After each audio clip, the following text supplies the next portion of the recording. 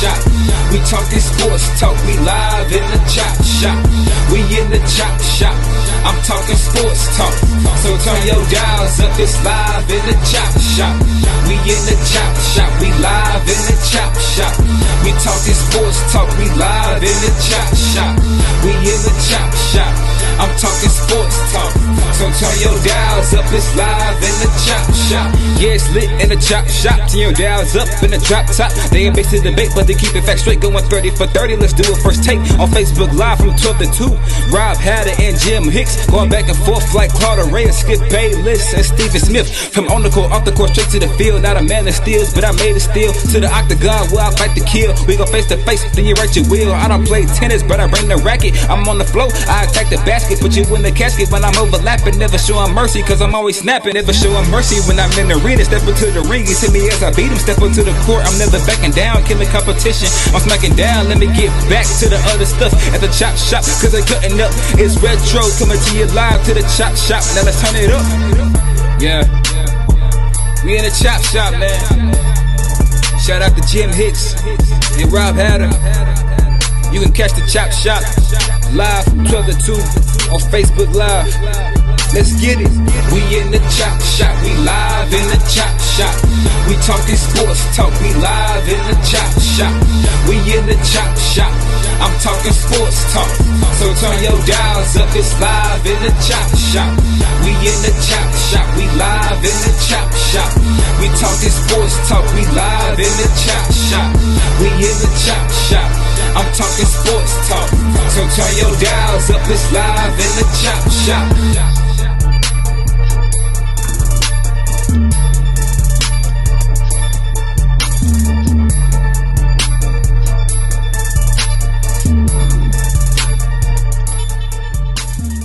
In the chop shop, we in the chop shop, we live in the chop shop. We talking sports talk, we live in the chop shop. We in the chop shop, I'm talking sports talk. So turn your dials up, it's live in the chop shop.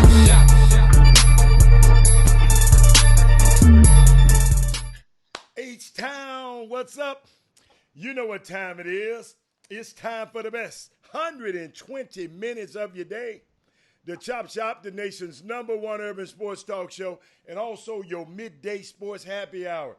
Yours truly, Robert Hatter, alongside Jim, the Cheat Sheet Hicks, coming to you live from Houston, Texas. But we're broadcasting all over the world. We got a special day for y'all. It's Women Rock Wednesday. Women Rock Wednesday. Jimmy, you know what? And I haven't seen a woman sign on to the Facebook page yet. And I had something special for them today. But guess what? I'm going to wait a minute. I'm going to wait till the women get on there because I know how these guys are. But, Jimmy, I had some stuff for the women. But guess what? We can go into something else and remind me later I have something for the women later. What you got on the top of your list that you want to talk about? What you got to go? I saw a couple of things happen overnight. But I want to kind of, pick your brain on what's going on. What you got going on? Well, I mean, first and foremost, today is National Letter of Intent Signing Day for the high school seniors nationwide. And Houston, of course, the great state of Texas, is a fertile bed for talent for nationwide. I mean, for a lot of the colleges, in the Power Fives and whatnot. This is big on the heels of the state championships, which will take place this weekend. The state championship football, that is, in Dallas at the AT&T Center.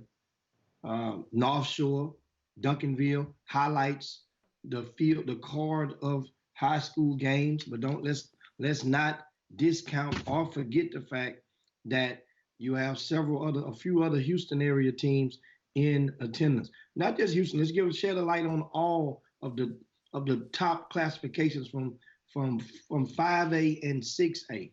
There were 4 games. Each division is split up into 2 classifications. In 6A, number 1, as I mentioned, Duncanville North Shore Part 2 will take place Saturday at 3 p.m. The Division 2 of the Class 6A is between Denton Guyer and Austin Westlake. That would be the nightcap on Saturday, 7 p.m. In the 5A classification, at 11 a.m. on Saturday, the Division II of Class 5A will feature a rematch from last year. Fort Bend Marshall, 14-1 on the season, will take on Aledo, and they're also 14-1. That would be 11 a.m. on Saturday morning, right? Now, this thing, I'm going to talk about Fort Bend and Marshall and share some tips for you in a second. But also, the last but not least, on Friday night, Friday at 7 p.m. is Shadow Creek versus Denton Ryan. This game is the only of the top classifications where there's two undefeated teams. Okay. Both are 15-0 right now. So that means this is, once again, this is the only game of the top classifications where both teams are undefeated. And once again, the Shadow Creek 15-0, Denton Ryan 15-0. And this Shadow Creek team, their quarterback is an 11th grader. Just, and this is Kyron Drones. All right? And this young man is spectacular. Shadow Creek is only in their second year of varsity football. They went to state last year. Wait a minute, say this again. This is only their second year of varsity football. Wow. I did not realize that. This is their second year of varsity football. No, the first year they play a JV schedule. Okay. Then they let all those guys roll on over. Okay. This is only the second year, and guess what happened? They went not just to state, went to the state championship game. They fell short a year ago. This is unfinished business for Shadow Creek right now. And to make matters more intriguing is the fact that the UIL has determined that Shadow Creek, based on their attendance, is no longer eligible for 5A classification. So this is their last game as a 5A team. So they got to go play with the big boys now. Got to go play with the big boys. Okay. And, they go out with a bang, get an opportunity to go out with a bang. And the thing about it, this kid Drones, he's not the only kid on that team that's a two-sport star, meaning in basketball and football. They have another kid, I think Seth Jones, that plays basketball on that Shadow Creek team, I think, as well. Okay. He signed with Baylor this morning. Once again, we talked about signing date. And Seth Jones signed with Baylor? He signed with Baylor. Okay. And the top-ranked basketball or former basketball star, because this young man made the decision and to let go of basketball and concentrate on football 2 seasons ago. His name is Vernon Broughton. I've seen that name. Vernon I think his Broughton. dad be on the Facebook feed sometime. Really? Okay. Didn't realize that. Vernon Broughton decided, remember, he was a basketball star, remember Springwoods High School as a 9th grader. Okay. And they had all those guys, Jesse Zarzuela and Nico Harden and all those. Well, Big Vernon was part of the crew that was expected. They were in the 10th grade, he was in the 9th grade, and this team, he left, transferred over to Cy Ridge High School, where he hadn't played basketball since. His mother, I think, was an administrator at TSU. But my point is, this young man is signed with Texas. So I want to ask you guys the question. Think about a lot of these kids you see in the gym, and no matter what city you in, I know you can look at some of these guys and you say, boy, and you can fill a blank. If blank could just put on a helmet for 2-3 weeks. Yeah, but Jimmy, most of these guys, but see, sometimes that's fool's gold. Because a lot of these guys you're talking about, they probably played Little League football. Most of these guys you're talking about. Some of these guys ain't never played football. If a kid ain't never played football before, I don't recommend.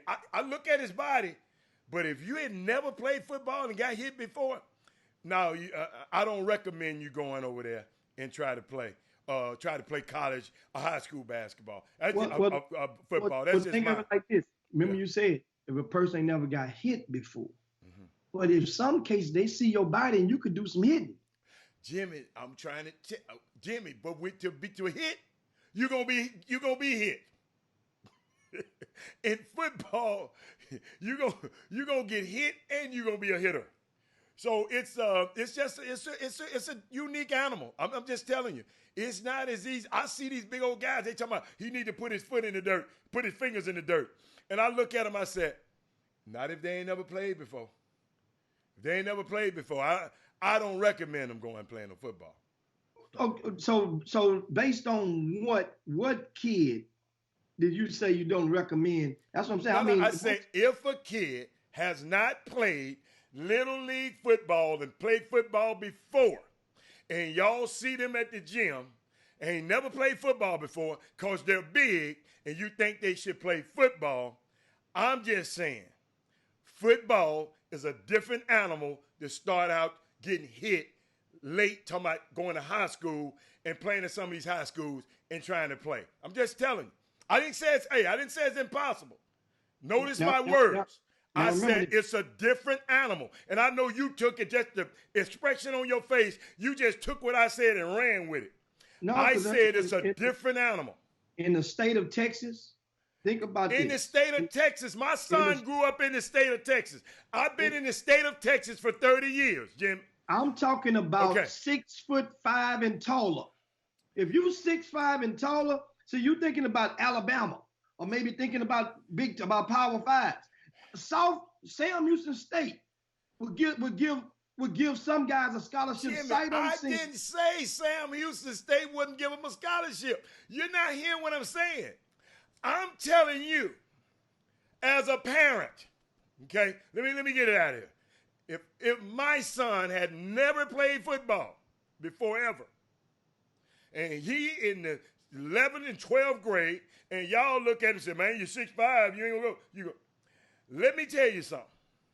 If that boy ain't never played football before, he's in for a rude awakening. That's all I'm telling you. He's in for a rude awakening. It looks easy. Nah, baby. Hey, Jimmy, they can't come inside and practice. They got to practice outside in the hot sun, in the summer. And it's a different animal, Doc. At the high school level, that's what we're talking about right now. If that coach ain't that many 6'5" and taller at most high schools. If you 6'5" and taller, you gonna be a starter on your high school football team somewhere.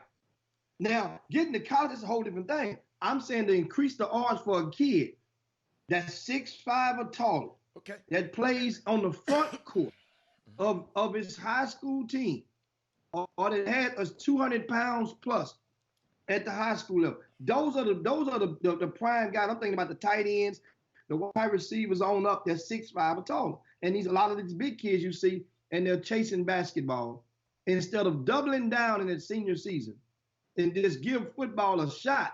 Now, if you ain't never played, okay, you ain't never played. Most kids in this state, most of them that are athletes, have put on a helmet at the little league level at least once. Most of them that are athletes. So I'm just saying, a lot of people, I think, really are chasing. If you have no offers by the time your junior year is over, no recruitment, damn, no offers, no recruitment, then why not try it? Why not give it a try? And Jimmy, Ricky Scott popped up there and said Mike Evans. Mike Evans played football, man. He played football. He played football also. He played football when, Al? He played football, junior high and all up through. He had been playing football.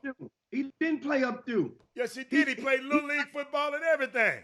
He started playing football in high school as an 11th grader. That wasn't the first time he put on some pads, Jimmy. Go do your research. I'm not going to argue with you about that. Go do your research on it. Nobody said that. But it had been at least. So all I said, well, Jimmy, listen to my premise. I said the kid had played football before. That's all. Hal, I just said the same thing a while ago. We are not talking about the kids who've never played before. That's understood. But that's a sick. That we understood that. We're not talking to them.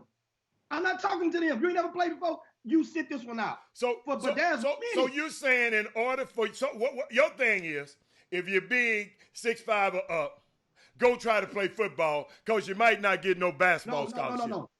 No, backwards. If you have zero recruitment after your 11th grade year, and your football coaches are poaching you to come out there and give it a try, then damn, you need to go give it a try. Because the objective is to get a free education. At that point, you're trying to take whatever you can. Get in college. That was a kid had a back in 2004.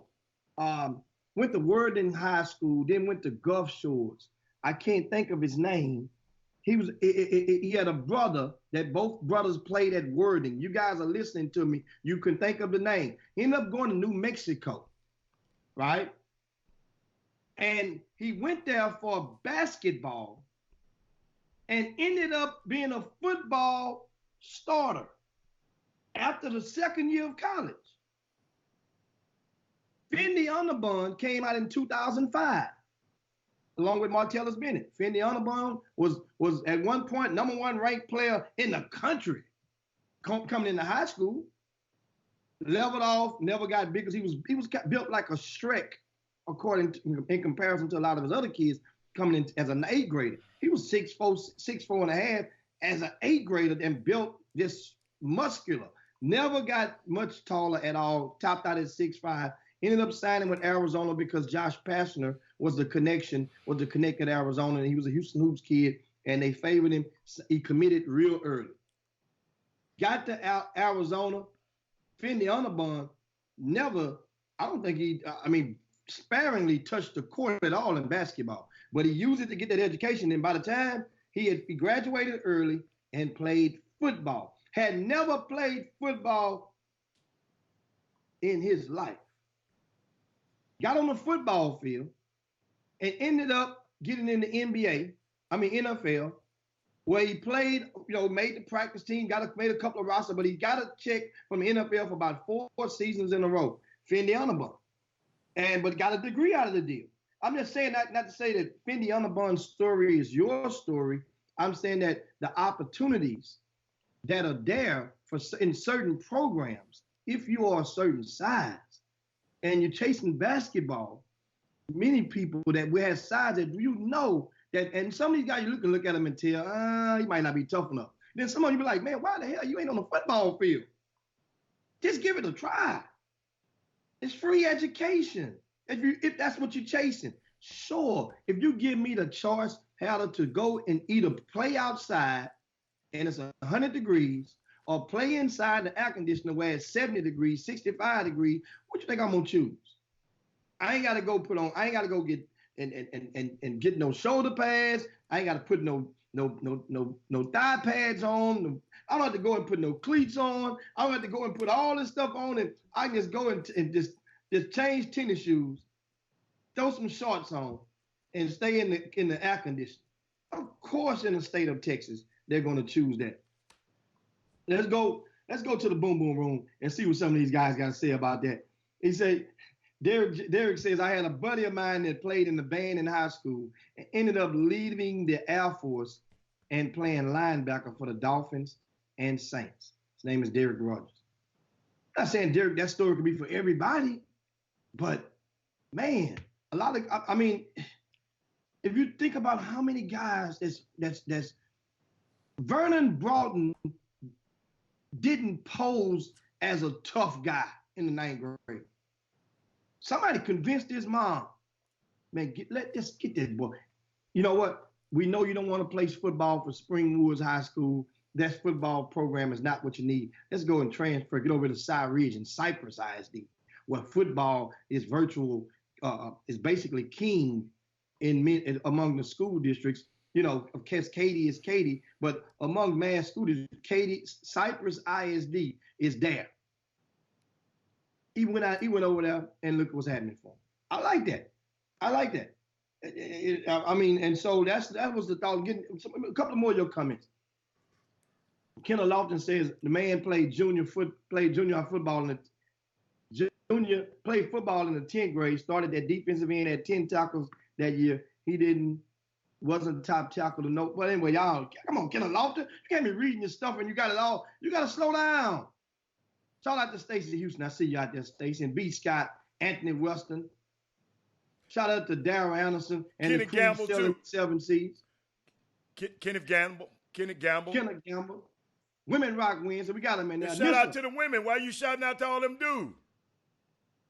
Just getting around. Just said I shout out to the women now. Women Rock Wednesday. Tawanda Williams White and Glory Dotson. B. Scott. B. Scott. Shout out to you guys, you ladies out there. And Anissa Ville. Anissa Ville. I just said Anissa first. Okay. Anissa was the first lady's name I said. Okay. So later on in the show, you ladies hang around. We're going to give out a pair of tickets to the Battleground, which takes place this evening. There are 3 games, 4:30, 6:45, and 9 p.m. The nightcap is Baylor versus University of Tennessee Martin. We got a pair of tickets we're going to give away to a female caller. We'll give you the number on the back line of the show, and just stay tuned for that. And so you can already start making plans to take somebody to the basketball game and get the college experience this evening. B. Scott says, well, if the 6'5" and taller kid is on the football field, is that contributing to issues with basketball prospects in Houston? No, it won't. We got a glutton. B. Scott, we got a glutton of basketball prospects. Believe you me. Go look at the numbers. We have a glutton of basketball prospects. Too many. We got so many basketball players, but they don't have no places to play. So that's why Jimmy is trying to give them another option. I mean, I'm just trying to put the thought out there because so many people are putting all eggs in one basket at the back end. Ain't no problem, making a early choice coming into high school. Say, I'm gonna go this route. I'm gonna give it all for one sport. But when you see the results or the reward is not matching the risk, and you may have the body that can attract some attention, why not? Why not? And we had to. He said that I didn't. Say what's that? I'm just telling him you said that I didn't. When your son go out there and get his head beat in, I didn't say that. Okay, but Adam, once again, we are not talking about no kids who's never played before. They are exempt from this conversation. That's what I'm talking about. If you put on a chin strap ever in your life, ever in Little League, that means you are familiar to contact, because at that age, you get contact and you don't know how to absorb your body to embrace that type of contact. You learn the hard way, get knocked on your ass. So just imagine now you're 6'5" or tall, and the coach is saying, "Come on out." And you saying, "Well, coach, I had A&M was in the gym the other day. They wasn't looking at you. They were looking at a 10th grader. That's your teammate. Maybe in the 11th or the 10th grade or 9th grader, or just coming through." We just got to get smarter. Okay. Trina Mouton said that happens on the women's side from basketball to volleyball. I didn't realize that. What you mean, Trina? So the volleyball players team steal the basketball players, or the basketball team steal the volleyball players? Which one you mean by it, Trina? Because I am not familiar with that at all. My daughter played no sports at all, so I am not familiar with that one.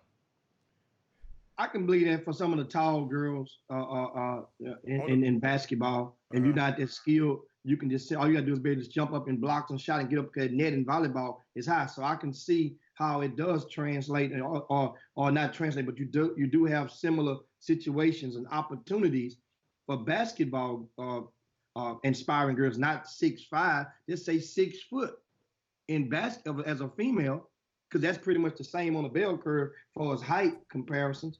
And I can see those are opportunities. You're trying to get it, man. And what happens is Just say the guy or the person who's in there has the influence of that kid, they're not going to let that kid go. They're not going to let him go. They're not going to want to let that young man. Think about it like this. We mentioned Kyron Drones from Shadow Creek High School. Mm-hmm. He's 6'4". He may wake up tomorrow be 6'5" and go and fit into the equation, but let's use him and grandfather him into this conversation. This kid, based on what he's done, led his team to the state championship in 5A classification 2 years in a row at his high school, playing quarterback. I don't know much about the football rankings and stuff, but if I was to pull him up, we was to pull Kyron Drones up, right? And his name, Kyron Drones. Uh-huh. How many stars have they deemed him right now? I know he has to be at least a 4. I'm just curious, based on his body, because we saw him play basketball. You saw him play football. I hadn't seen him play football yet. I will watch him play football next year. I'm going to go. That's probably, I'm curious to see if he had, I would think 4 stars based on his frame. He must see TV. And guess what they call him on Rivals? A pro-style quarterback. Oh. Let me see. Wait, I'm trying to see the stars. From the look of this, they got 5. What, at 5? So he's a 5-star football prospect in 11th grade. Talking about Kyron Drones over at Shadow Creek. Here's my thing. This young man played summer basketball back this past summer, right? Under the Houston Hoops. He played on their 16U team, which was rightfully for his talent level. So it wasn't like they, based on his talent level, that's where he should have been. Well, 16Us don't get recruited in abundance as a 17U. The 17U is the EYBL. Well, he played 16U, and so that means this year he's going to be projected. He has no choice but to play 17U in basketball. So what do you do? What decision do you make? If you would just say, we can't tell no parent what to do with their babies. I'm just giving an example, and we're just entertaining the thought. Mm-hmm. In this situation, he's a 5-star football recruit. Jimmy, I don't know if that's true. It just, I don't know how, because the stars wasn't lit up. Check and see if you can find him on ESPN then. Okay. Maybe they have, in their database. Okay. And as we go, we talking, it's entertaining talking about basketball prospects versus and who play football and opportunities. So if you're the trainer for this guy in basketball, do you encourage him? Or if you're the summer coach, do you encourage him to go it on, man? You know what? You're a football. You can make money playing this sport. At 6'4.5" as a quarterback, you can make bread. How about it, man? You think you shouldn't come over here. You should spend this summer playing 7-on-7, getting acclimated, learn more about the football, about the sport, and enhance your national reputation. Because they don't 7-on-7 thing or team, they go, that's equivalent to the sneaker ball nowadays. They have sneaker sponsored 7-on-7 teams. And I'm just really curious. I'm checking out some of these. I wouldn't tell him to quit playing basketball, Jim. I wouldn't. I just wouldn't tell him to quit playing basketball. I wouldn't tell him that. I wouldn't advise him that. I wouldn't advise him. If he liked to play basketball, I'd let him keep playing basketball. But now you understand this is last season. If he's expiring to be what do they call it, the Army All-American or the Under Armour All-American, if you are expiring to be that, you're going to have to get your face out there at some juncture. And Doug Jones says he didn't play quarterback last year. He didn't play quarterback. Right. It was another quarterback last year. You're right. Thanks, Doug. Yeah. So what position did the young man play a year ago? We know he played football last year. Because they got him ranked at 6'2", Jimmy. They got him at 6'2", as a 6'2" guy. Yeah, they got him at 6'2". And you keep saying 6'4". Well, you know how that basketball is. That's a whole nother subject right there about guys in the Yeah, in you the see what in Adam Silver did today, this year. Say, I want to know everybody's size and everybody's age. I want to know that Buddy Hill is 30 years old already. well, well, yeah, if that's the case, how old you think Clint Capella is? Hello. Shoot, how old you think the Joker is? The way he's moving around now, based on what he was last year. And but anyway, guys, let's check out some of the comments. Tasha says you don't miss the opportunity to play 17U on the EYBL circuit. And Chuck, you say you don't. Oh, you don't miss it out. Now Chuck says, who's to say he gonna be on the? Who's to say he gonna be on the 17 EYBL team?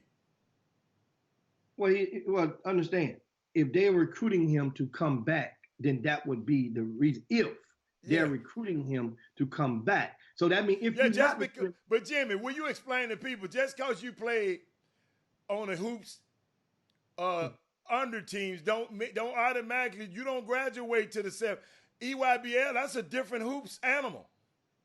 I hope you've explained that.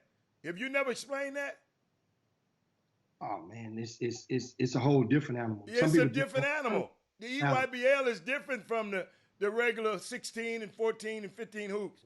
You don't automatically just say, okay, you go on that team. You got to be one of them dudes. You got to be a dude, and he's a football dude.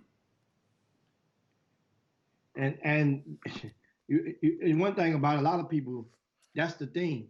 A lot of these kids who would not want to play 17U on an EYBL. You know why? Because the marketing of the EYBL has been unmatched in recent years for grassroots basketball. The experience just to go and be a part of it, getting the gear. I've seen people go and buy the gear and come back to their cities and wear the gear around like they was part of the event. Yeah, that's how popular. You know what? The EYBL just opened that up recently, Jimmy. A long time ago, you had to earn your way and get that gear. Now they saw a market in it, and now people are able to buy it. And I don't know, that's right, you wasn't there this year. Jimmy, it was a line. You thought it was a line to go into the basketball game. It was a line wrapped around the building at the Peace Jam just to buy gear from the EYBL. Because I'm serious. I thought they were lying. I said, what are y'all in line for? And that lady said, but we just come to buy gear. I know it's crazy, but we're here. I said, yeah, okay, yeah, it's crazy. But yeah, it's a big difference. You used to have to, I'd never forget. That what my son told me, that last year, Jimmy. He said, Dad, I want me some of them EYBL sneakers. And you can't buy them. So I got to go make the team. I never forget. That was his incentive for wanting to play on the EYBL because he wanted them little ugly sneakers. So I mean, a lot of people do. Yeah. So and that's a lot of people do. And so I'm just commenting. You guys, keep the comments going and your thoughts on this topic. And of course, Angela Holcomb says he is 6'4", which is possible that either could be. I didn't say he wasn't. I said that's what they listed him as. Exactly. That's what she's talking about. Yeah. That's what she's replying to. Right. Yeah. So she's saying he is 6'4". Just in case you want, I looked at him and he looked, and I'm 6 foot. So I figured, and I gotta do like that. That means you taller than 6'3". Well, somebody need to get on them and tell them don't do that, because that. You know what happens. Somebody got to update them, and they don't even know. How many times you think those people see a kid like him? When you think about it, they didn't see him in summer basket, in 7-on-7 on a national plane for the most part. How you know he didn't play 7-on-7? Let his dad come on in. He might have played 7-on-7. No. I'm not saying he did not play 7-on-7. Okay. Because I'm not mistaken, toward the end of the summer, because they had gaps in the way that those teams play. I'm saying he didn't have a full season of it to go and take the full advantage of the nationwide process through the 7-on-7. That's all I was saying regarding this young man. And Slim McDaniel say that's so lame. You don't know what he's talking about and get the conversation. Yeah, man. Hey, man. Yeah. Odyssey gives a comment. Odyssey say, hey, What I you're say? not about to be a 6'3" post in the NBA, but you can be a nice linebacker, defensive back, or Oh my defensive God! end. Hey, 6'3" in the NFL, and if you fast and you 6'3", man, I'm telling you, if you want to play football, you that optimum size, Jimmy. Especially if you're fast and you can be a corner. Oh my goodness, or wide receiver.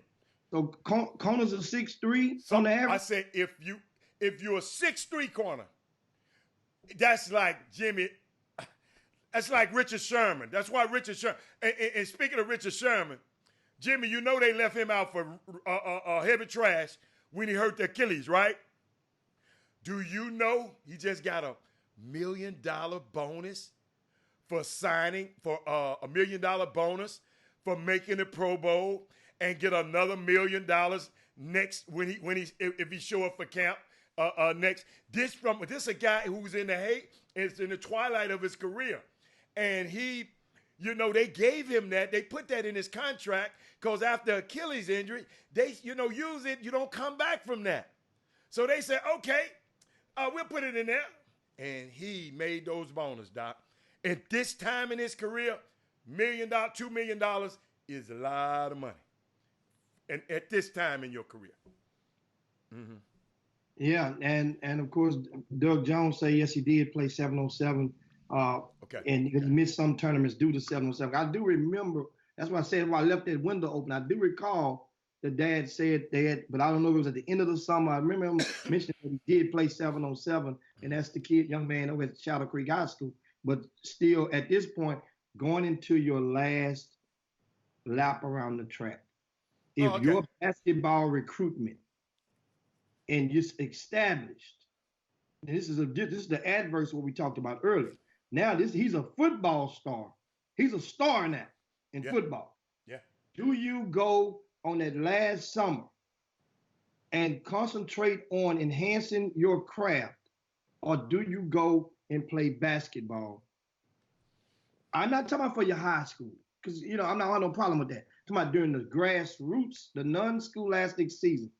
You have an opportunity to go and dive in full-fledged and learn more about in football and get some reps, or play summer basketball and marginally. Jimmy, me personally, I've just never agreed with I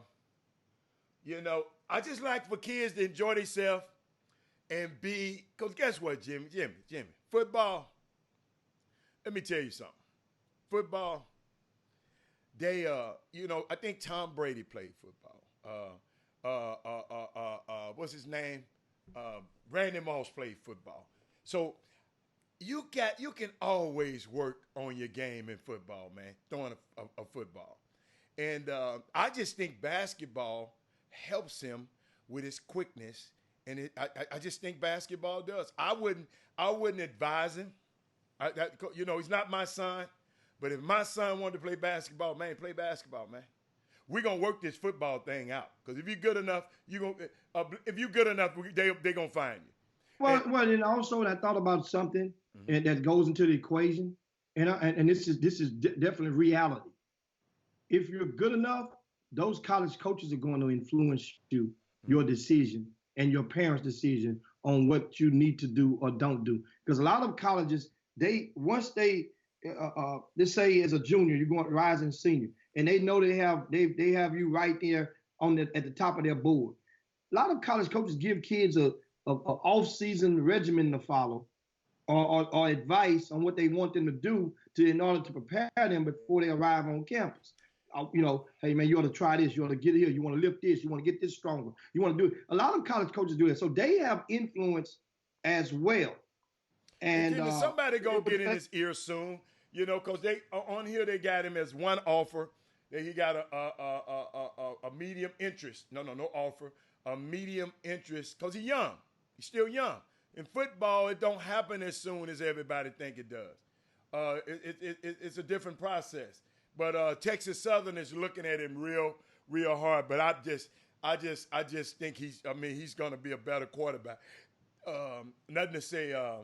He's going to have different choices than Texas Southern. by the time this I thing don't is mean over. not to go to TSU. If dad want to go stay at home, I'm down with it. Come on to TSU. Yeah, I'm Hey, sure you would. But I'd need rather all him go to the- Memphis. need all the help that TSU can get. I'd rather So him that- go to Memphis. We ranked in the top 15.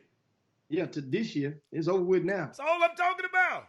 He won't that class is long gone. Y'all be back regular in a minute. No. Remember, U of H got De'Aaron King coming back. Unless he Jim. decides to transfer, Jim. which he said he's not. Jimmy, in the famous words of Tony Montana, we reloaded. In basketball. We reload. No, in football too.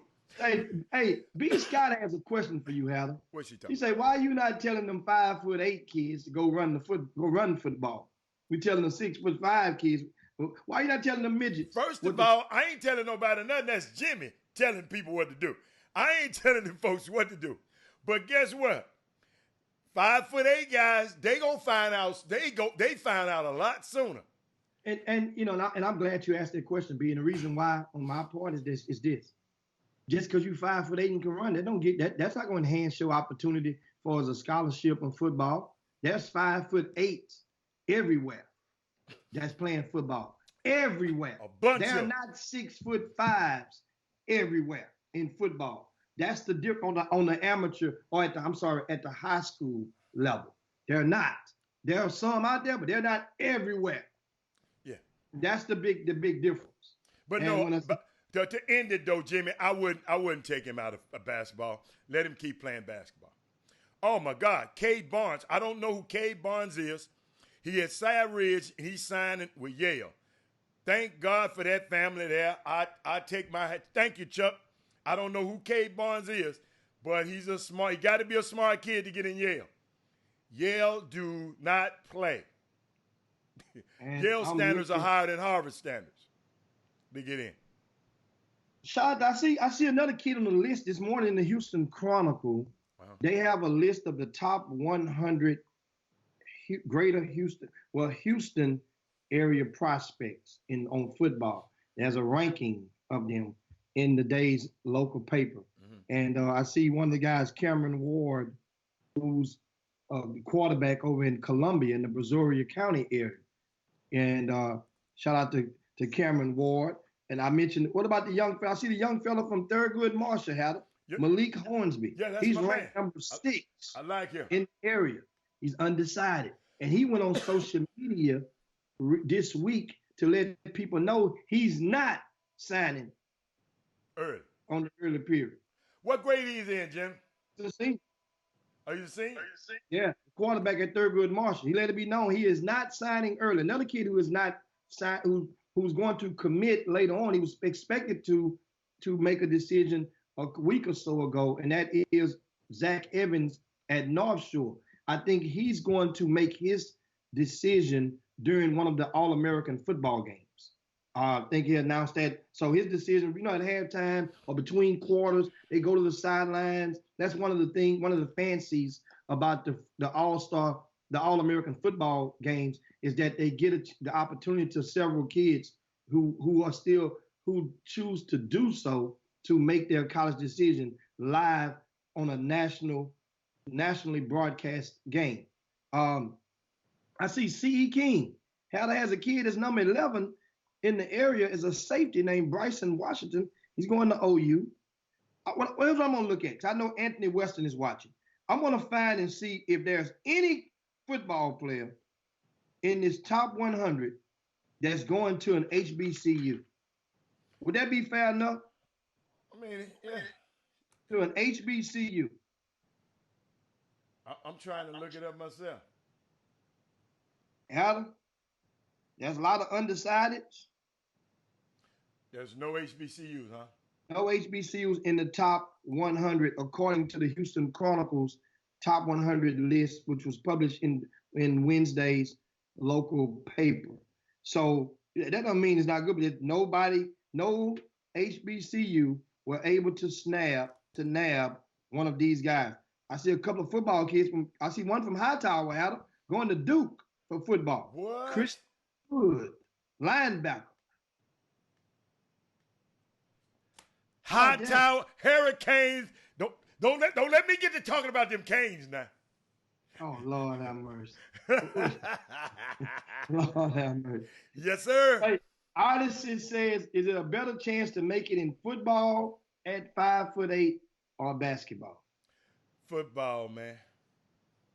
Yeah, odds are better in football. Remember, Chris Walker gave us the numbers, which was stunning, and it was a reality check. If you missed the show about a month and a half ago, where Chris gave the numbers, and you could just do it yourself. Go and just Google ESPN's rankings in the seniors, not the underclassmen. Only look at the 12th graders. Look at Rob. Ain't no 5'8" on there. And look and see how many you see below 6 foot tall. That lets you know the bar. Just do it one day if you have time. And it's really going to wake people up that don't mean you can't make it to division. Those are the top 100 players in the country. But still, of the top 100 in the country, think about how tall some of the kids are not. That's what made kids like Xavier Wheeler really, really, really remarkable. Guys like Nick Wise, guys like Tommy Mason Griffin, that were top 100 in the country. Sharif Cooper. Jim, I'm giving you one. Sharif Cooper, 6 foot, but he's shorter than that. I say below. Okay. Below. No, okay. Below. Keep going. Keep talking. Let me write down. No, I'm going to keep score. He's 6 foot even.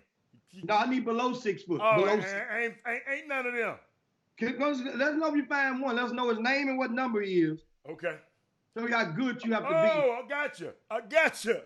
L.J. Cryer. They say he 5'10", but That's L.J. bull. 6 foot. Yeah. Ain't no way in the hell L.J. 5'10". No, he taller than that. He taller. Yeah, than that, don't even you skip over that. But Jimmy, this your vaulted this the ESPN, Jimmy.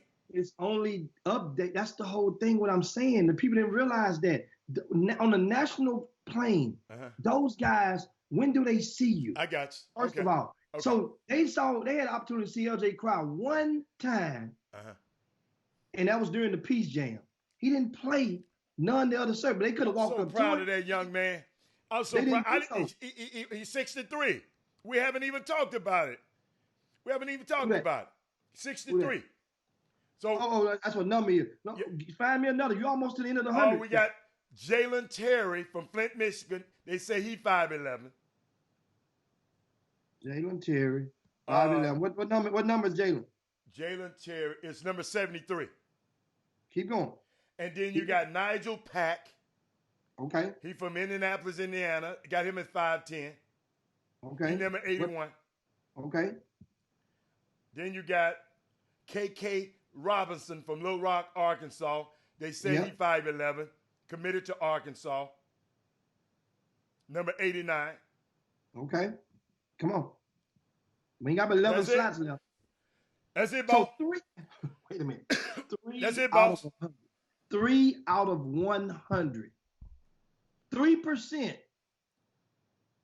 And you're chasing Division I. Now, it's different if many people were just honest up and say from the day one, I know my son scored 30 on that kid, but we know we ain't Division I. We just go well. If that's the case, then those little smaller kids, them midgets, they can go and play at those schools. Because know what all you gotta do is email those coaches your information.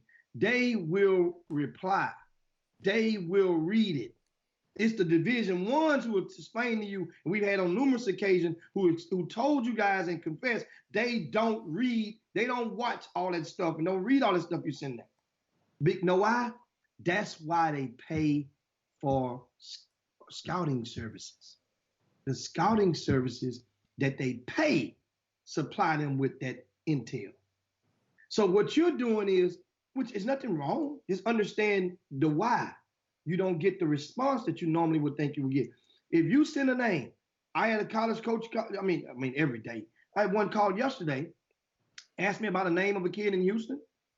And this is a Power 5. This was Oklahoma State who was in town. Asked me about a kid that ain't even in our top 50. And I said, well, if you need walk on for next year, then his folks based on the school he go to, his folks probably have the economic conditions, resources to give a walk on. That's what you're asking about. But as far as giving a scholarship, I think that you would better be suited to go and look at several other kids who are unsigned as you come in town to look at him. I'm not saying, see, one time I tell a coach, don't go look at him, don't go see him. I'm saying to the coaches, I got go a look question. You didn't ask him the magic questions. Who told you about this kid? You know, the conversation, if it would have went further, he stopped right there and say, thanks, cheat sheet. You know, So that's he why really didn't, his source, he really was just having you validate the source. Yeah. Well, I didn't know the source was. I didn't even go there. No. I'm just saying, he wanted, somebody done told that man about this kid now. Because you know Mike is a nice guy and he speak and talk to everybody. So no, this was assistant coach. Assistant coach. Okay. Assistant coach. Okay. Because what they do, they come in town a day or two earlier before they play U of H. So is Baylor in town already? Baylor's in town yesterday morning. Oh, okay. Okay. Yeah, I got a chance to see the coaches last night. I went by the hotel, and Rossi Karen had a dinner that him and the crew put together for all four teams that were in attendance, and which was, it was off the chain. So first class, in the ballroom, and it was set up really well. So I got a chance to go over there and meet a lot of the guys, and stay for about an hour or so at the Hilton near the Galleria on Post Oak. That was the headquarters. I can let you guys know now because everybody's checking out today anyway. So you won't find anybody over there right about now. But it was definitely first class and when you think of a guy that's barely getting his feet wet in that business of putting together multiple games on a Division I basketball court. Also, speaking of we talked that event, that's the Battleground. It will take place this afternoon. 4:30 Oregon State versus UTSA. 6:45 you have Utah State at South Florida, and the nightcap is at 9 p.m. Baylor at UT Martin. And understand, college is out, so that's why these games were scheduled. One of the main reasons on a weekday. That the semester is over with. They took final exams last week. So a lot of the students gone home, but a lot of students will be in attendance. But it's one thing for certain, if you are in the Houston area, this is a great opportunity to take some of the young ones out to get the college experience. Now, one thing they did do yesterday, Heather, some of the teams, all 6 of the teams went and did community service yesterday. They all went to do community service. They all went out. Jimmy, the event is tied to a charity. Yeah. The whole event. Matter of fact, we got the commercial. Let's take a break and show the commercial right quick. It's a good time to show the commercial because we got Rossi should be coming up a little later. Let's see.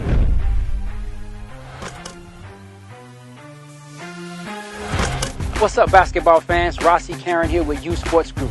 I want to take the time to officially invite everyone out to the Battleground 2K19, December 18th, here at the Toyota Center. The Battleground 2K19 will be one of college basketball's premier events of the season, featuring Big 12 powerhouse Baylor Bears as they take on the UT Martin Skyhawks. The defending Mountain West champions and preseason top 25 ranked Utah State Aggies will go head-to-head with the South Florida Bulls.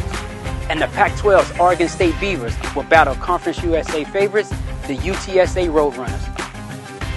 The background for this triple header will be the Athletes Against Abuse initiative. Athletes Against Abuse is a children's rights campaign created to inspire athletes to use their talent, notoriety, and influence to bring awareness to child abuse in our country. The A3 initiative will utilize this basketball platform to blend sport and service.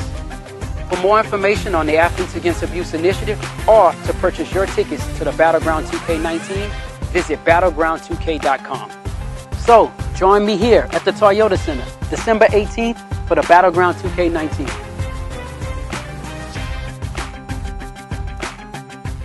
sir.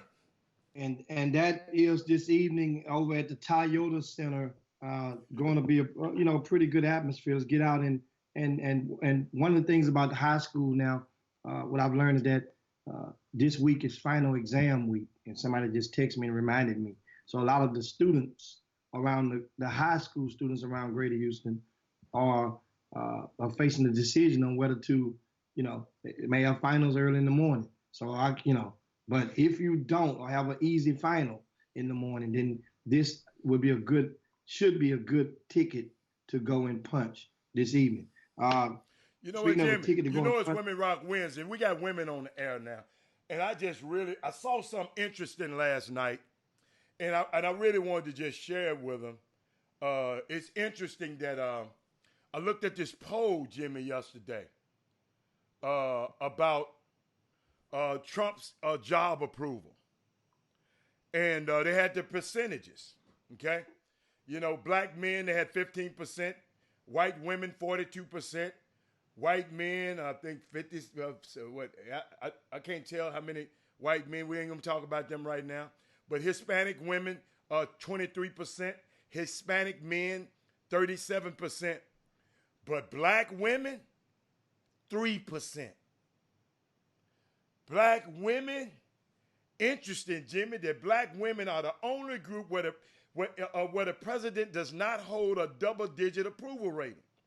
It's interesting. It's interesting. To all my beautiful black queens out there, I appreciate you and I love you to life. You may not truly respect black women, but a lot of people don't respect them, but they respect themselves. They are here to save everybody. And I sit there and watch that approval rating.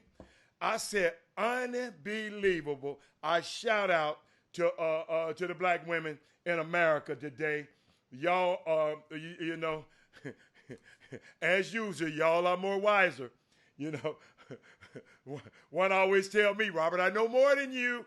I said, okay, all right. So that's all, Jimmy. I just thought about that when I saw the high number of black men, I was trying to figure out how black men were 15%, but then I forgot we got the Charles Barkleys and the Isaiah Washingtons and the Jason Whitlocks of the world. So and the Marcus Sloans of the world. So he's just popped on the feed. So I understand it now. So shout out to all the black women in the world.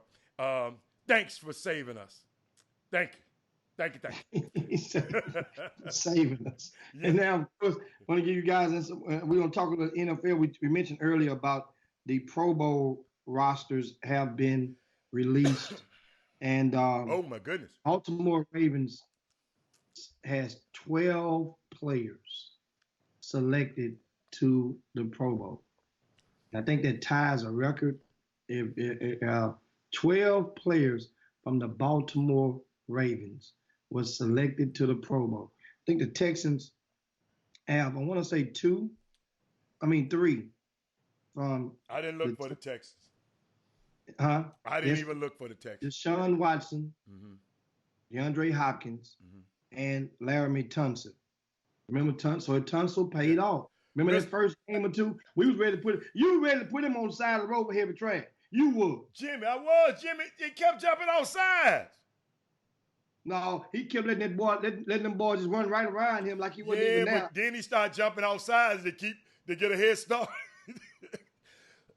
But you know what? That's unique, Jimmy. I'm glad you said that.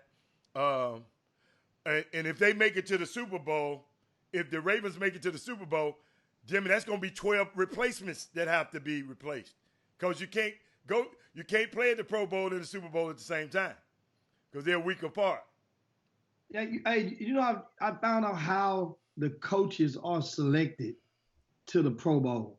And that's one of the things of course they may have changed the rules in the past, but how they are selected now, because the Pro Bowl, I know they moved it from Hawaii to Florida. Yes. Is it still in Florida? Yes. Orlando. And so this is how it goes, how the coaches are selected. The team in each division that gets eliminated in the playoffs, right? The team with the highest with the best record that gets eliminated, their staff is the staff of the Pro Bowl. Because they have more time.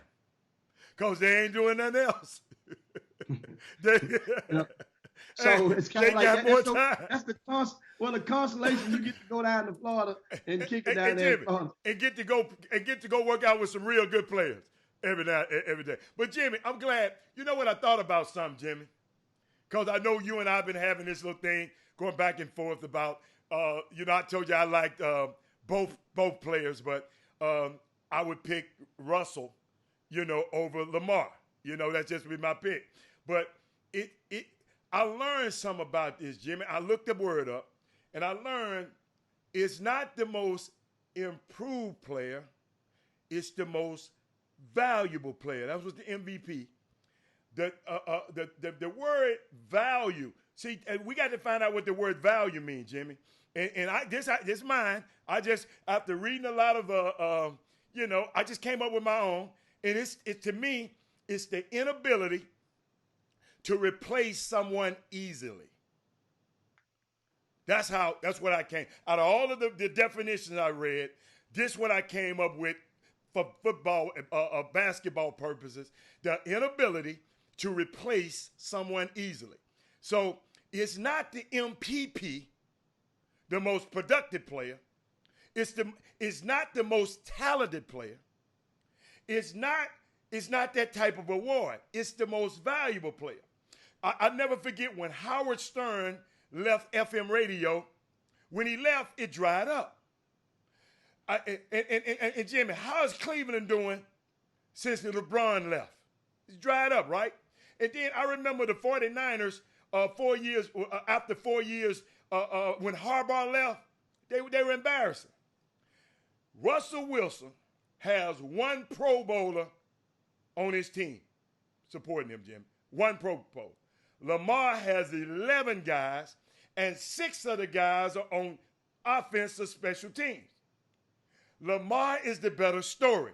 I love him. He's fun. He's exciting. He's unique. He is fresh and new and highly productive. But the word I kept looking at is valuable. Most valuable player. It ain't Lamar's fault. Baltimore without Lamar Jackson, there are a lot of quarterbacks we can bring in there, and they'll still be a pretty good team. Not better. He makes them better, but that's not the argument I'm arguing right now. Seattle is a terrible team without Russell Wilson on it. And guess what, Jimmy? He got them as the #1 seed in a tougher conference. The inability to replace you, that's what I call more valuable. Guess what? Lamar Jackson gonna win the MVP. But when you say valuable, that's a sticky word for me. So I just want to throw that out there. You know what you just did? You made it blatantly obvious that no matter what Lamar Jackson does for the next 3 years, you're down with Russell Wilson. No, I didn't. No. No matter what he does on the football field. No. So what would it take? Every fact I gave you is about. The fact you just gave us. No.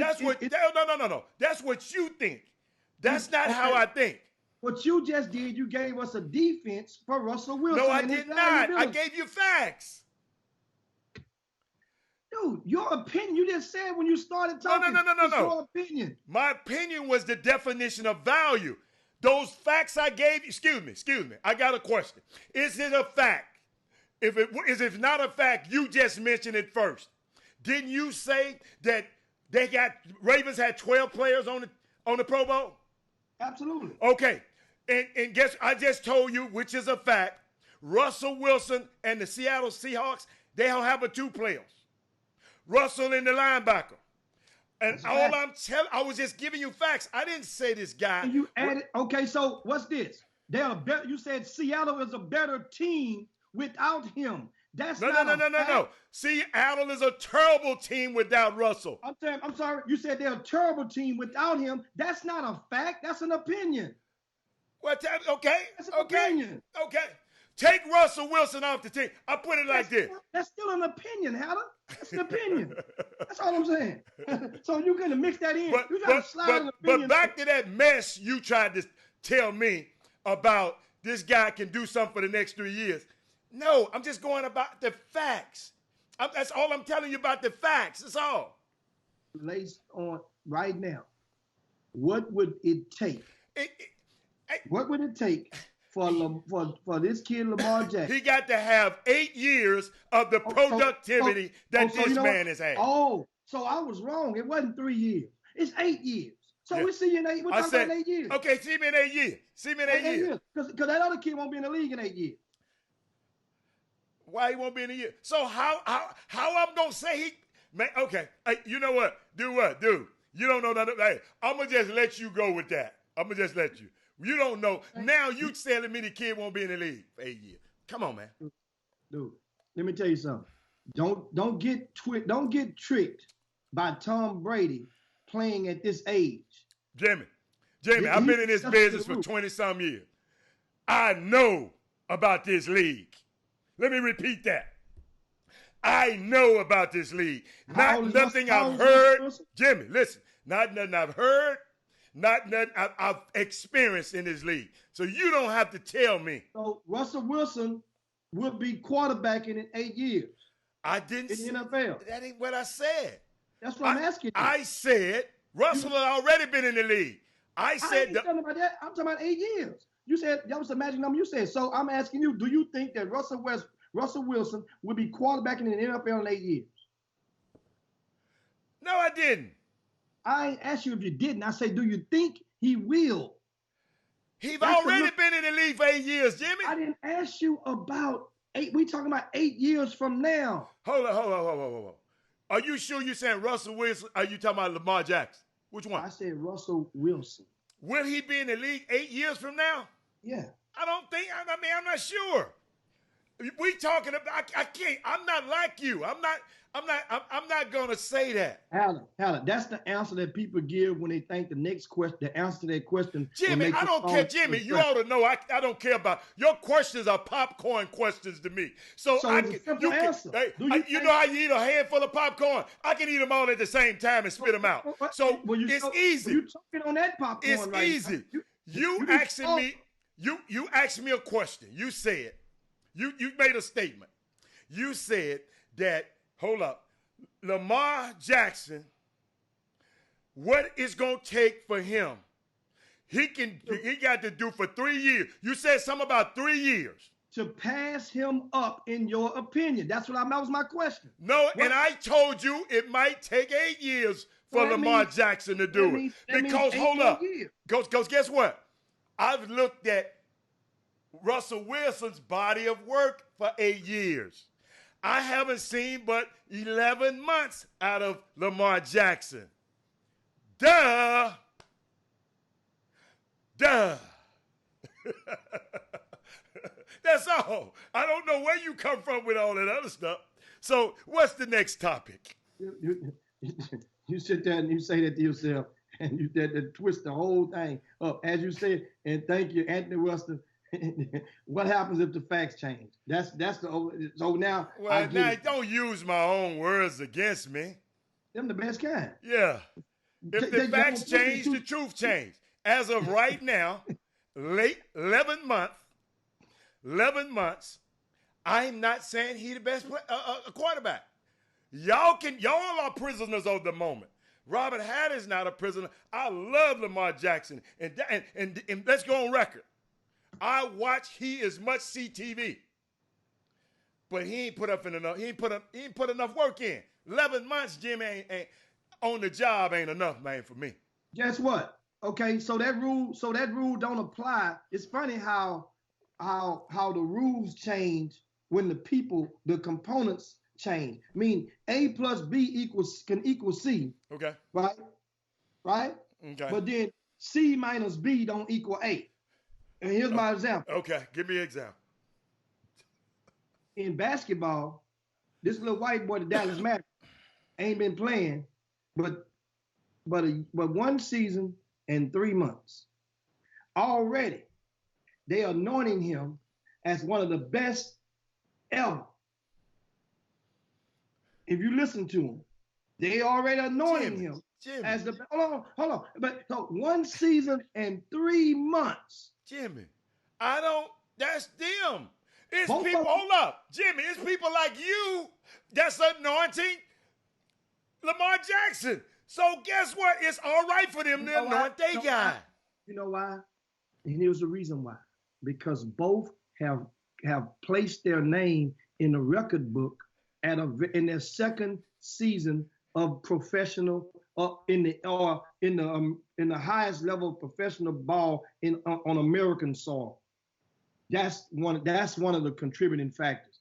And so they look at it now, and people think that all good things won't come to an end. So based on what they've done, and I understand how some people can anoint a Doncic at this early age. He has set some records and placed his name in company with some all-time, with some landmark names.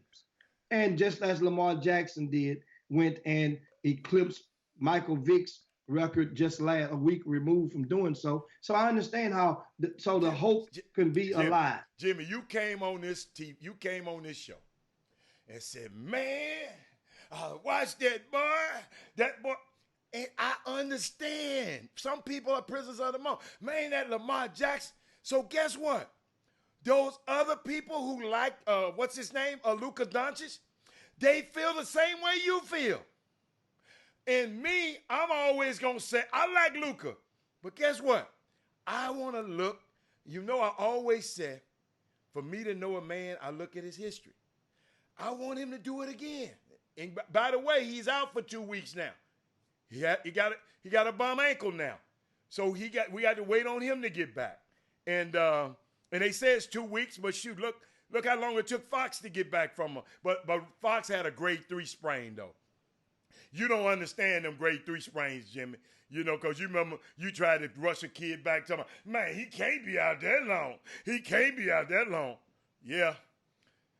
Them sprains, different people, react different to them. But that's back to Lamar Jackson. Great talent. I'm not belittling his talents. I just like for people to do it a little bit longer. That's all. I just like for you to do it a little longer. And I'm looking on the Boom Boom Room, and what they Derek Johnson, and what was Russell Wilson's stats in year 2? Don't know. Let's see if Lamar stacks up. Before we go and retrieve this intel, we know that Russell Wilson didn't rush more yards than him because the young fella just broke the record. So what are we going to use to measure this before we even produce the stats? We'll figure out what are we going to utilize and base it on. We definitely can't base it on the win-loss record, right? Okay, but and we definitely can't break it on. We can't because if that's the case, so we'll talk that second year. Let's give Lamar Jackson the second year. I'm not sure, but you can't give him the first year because Russell Wilson was an afterthought. They brought in the twin. He said year 2. No. But I say give him year 2. Listen, man, I told you to give him year 2. Rewind. Give Lamar Jackson year 2. Give Lamar Jackson year 2. Give Lamar Jackson year 2. Give Lamar Jackson year 2. Now, I hope you heard that. I done told you that. So now, year 1, Russell started in year 1. Lamar Jackson didn't. He did start. At the end of the season. Yeah. So it's not going to be fair. He started when it counted. He just choked in the playoffs. Well, not necessarily a choke, but he just did not live up. He turned back into a rookie in the last game of the playoffs. Russell Wilson, when you look at his stats as a rookie, they're going to be a lot better. Since you're looking at stats, it's going to be a lot better. It's more games played. But so that's why the guy says year 2. Why you want to go to year 1? We're not talking about year 1. That's what I'm saying. You're trying to move the goalposts. No, I'm not. No. Hold up. First of all, this was my conversation. He came and moved the damn goalpost when he talking about year 2. He asked a question. Yeah. And that's a well, you answer the question then. I'm not answering. That's what I'm doing. You answered it. So you just hijacked the conversation between Derek Johnson and asking myself. He didn't ask you. He didn't put your name on that. The guy He put your name on it. But go and answer it come on, Mr. Stats. Go and answer. Russell Wilson did not have more yards running than Lamar Jackson. And we know that right there. Also in passing, he had 3,357 yards passing, 8.2 yards a catch. That's what his average was. He had 26 touchdowns, 9 interceptions. And that makes him a better quarterback. Dude, this have nothing to do with which is better. The question that I posed before I even gave the stats, I say before we give the stats, it would have to be determined what you would be using to stack up, because we know that the Russian. But listen to what you said. It was so convenient. You say I moved the goalpost. I'm a guy that looks at history. So how you just gonna forget about the first year too? Derrick Johnson, since you want to talk about an MVP year, 1 year, and I'm talking about an 8-year body of work. Man, y'all need to get out of here with that. Both of y'all. You know what? Both I of y'all. love it because you can tell by the tone of your voice. No. We already acknowledged. No, you know what? The tone, you can't tell. If that's the case, Jimmy, please don't go with tone of voice. Because you whine every day. You're a pro Russell Wilson. No. The tone of my voice is, he said year 2. It's easy to talk about first of all, Derrick Johnson. I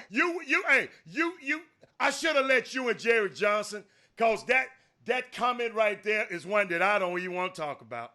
Because I'm talking about Russell Wilson's body of work, and he talking about the second year. So we're talking about two different things. I really think that you missing Derrick Johnson's post. That's what. Yes, you are. Because Derrick Johnson's post was posed to me as an attack, as a siding with you and Russell Wilson. That's why I'm laughing. I'm like, Jimmy, if I'm in the forest, right, and I'm fighting a bear, help the bear. I don't need no help. Once again, Russell Wilson. No. Did you hear what I just said? The reason that he picked that's year 2. The egg wasn't hatched. Jimmy, you didn't hear me. Jimmy, you didn't hear me. If I'm in the forest and I'm fighting a bear, help the bear. Because I'm going to whoop that bear's ass. I don't need no help. You just attacked the guy and he giving you fuel. I hear him on here saying what he's saying. I'm just telling you. You didn't know it first. Jimmy, he said year 2. I read it, Jimmy. He said year 2. Didn't he talk about year 2? Compare the stats for year 2. It's the reason that he said year 2. Excuse me. Did he say compare year 2? Did he say that? He said compare. I'm going to rewind and press play. Because it don't seem like you hear me. No. He said, and then let's see where Lamar stacks up. He didn't say, let's see where both of them stack up. He said, let's wait till No, he did not. Hold on. What was Russell Wilson's stats in year 2? And then let's see if Lamar stack up. That's what I'm answering, Jimmy. So that's you're missing it. No, I didn't miss it. The season is not over yet. So therefore, he has to be talking about the complete body of work for which Seattle won the damn Super Bowl. Jim, won the Super Bowl. So in other words, he's saying, I think you need to, you know what? This young man can win a Super Bowl with this team this year. Jim. If he wins a Super Bowl this year, then obviously going to have more yards passing because he got 33, and I think Lamar Jackson has like 2,800 right now, if I'm not mistaken, passing, something like that. I'm done. So obviously, I'm done. If he wins a Super Bowl, he would have played 1-2 regular season games and y'all don't know what y'all talking and 3, 1, 2, 3, and 3 post. He would play 5 more games. So obviously, he would pass both of them. So if Lamar Jackson wins a Super Bowl, then it would be without question who had the better second year. It won't even be close. But that is not what I was talking about. You hijacking what I was talking about. That is not what I said. Now, one time, that Derek Johnson, the argument or the disagreement or the debate was Jimmy was talking about the MVP season. Which quarterback would I take? And I said I would take Russell Wilson because of his body of work. He asked me why, and I gave him fact after fact after fact after fact every single day. So this is a build-up. I gave him fact after fact after fact. But Jimmy got his own affirmations about how he want to think. See, I keep telling y'all, long time ago, you can win an argument with facts. But this new breed of guys out here, you can give them fact after fact after fact after fact, and these guys still will have their own opinion. So guess what? But right on cue, and to save us from ourselves, guess who is on the show right now? Rossi, Karen, Rossi, I'm bringing you in, baby, with a click of the button. Watch this, Rossi. Now you on the screen, man. What's up? Man, I sure appreciate it. I'm here to save the day. What's going on? Rossi Carroll is joining us, guys. You ever seen a guy swing and hit himself with his own punch? That's what just happened. I swear, he just went and did the alfalfa and knocked himself out. I'm talking about like the bird flying around his head like Rossi, you notice, Rossi, I'm sitting over here quiet. Rossi, can you imagine me sitting there just laughing? I know what just happened. But man, let's talk about what you doing. And I see in the background, you got the Rockets logo in the background. You're at the Toyota Center, and you're having the battleground. This the first event of its kind. Man, talk to the people and tell them why they need to get off that couch, get out of whatever they doing tonight. I don't want to hear no excuses, and get downtown and tell them about, this ain't no basketball game. Tell them this is an extravaganza. What you got? We got a great event for you guys. We hope you guys can come out and support it. Battleground 2K19 tonight at the Toyota Center. We got 4 high-level games, and then we got some special guest performances in between those games. So it's going to be an exciting night, and it's for a great cause to benefit to bring awareness to child abuse. So we hope you guys can come out tonight. First game is at 4:30. You guys get downtown in the Toyota Center for the Battleground 2K19. And Rossi, give us the schedule of who's in the night's lineup. The first game is at 4:30, and that game is UTSA versus Oregon State. That second game is a 6:45 game, 6:45 tip time, and that game is Utah State versus South Florida. And then the nightcap will be top 10 team in the country, the Baylor Bears, who I'm actually here watching do pregame right now, shoot around now. They'll be going against UT Martin at 9 o'clock at the Toyota Center. Baylor Bears, top 10 in the country. They ready. And so now this event, the Battleground, what made you come up with the name, the Battleground? I just think it, that when you hear that, you think about competing, and it's teams coming from all over the country to descend in Houston to compete. So Houston Toyota Center is the Battleground this evening. So we're looking forward to everybody coming out and watching some great competition.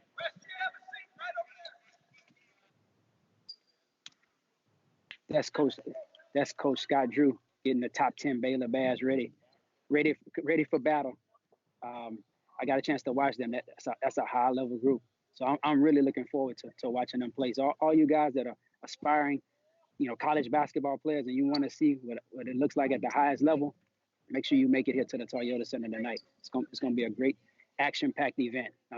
If you have, let's say you don't have sons, you only have daughters, we got great halftime performance. That girl Lele will be performing at halftime. So it's going to be an action-packed night. We got a lot of great performance, and we got 3 high-level games at the Toyota Center tonight. Now who is Lele? Man, that's a special talent. That's a special talent. And she'll be doing a couple of her new songs. 1 million followers on social media, and her album hasn't even dropped yet. So any young people, middle school, high school, elementary school, they know who that girl Lele is. She will be performing tonight at halftime. So even if you don't love basketball, come support the event, come support the cause. It's to bring awareness to child abuse, and we got great performers at halftime. And she's the only performer just tonight, or we have someone else? We got actually got a couple of really good performers. Chad Black is also performing. He'll be doing the national anthem. George Powell from Fallbrook Church, he'll be doing the national anthem for the first game. Mackenzie Thomas, who made it to the top 8 on The Voice, will be here. We got some talent in the building. Willow Ridge Marching Band will be here. They'll be performing. Thurgood Marshall Marching Band will be here. They'll be performing. So we have something for everybody here at the Toyota Center. And you got gospel, you got R&B, you got rap. You got a rapper. What I mean, country and western, man, on Latino. What's going to Latino action, baby? That's next year. Next year. And so now you're already making plans for next year. And do you have any teams confirmed? We got Give a us couple. a sneak peek. That's a conversation for another day. But we got some high level teams confirmed for next year, and I expect the Baylor Bears, who will probably, what they have now, if they bring this team back, will be a top 5 team in the country next year. We expect them to be back as well. We're gonna load it up. It's gonna be loaded here next year. So we're looking forward to this year, and hopefully everybody will come out and support. We have something for everybody here at the Toyota Center.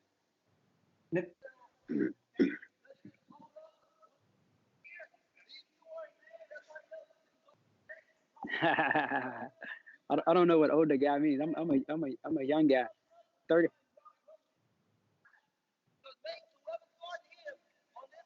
Oh, okay.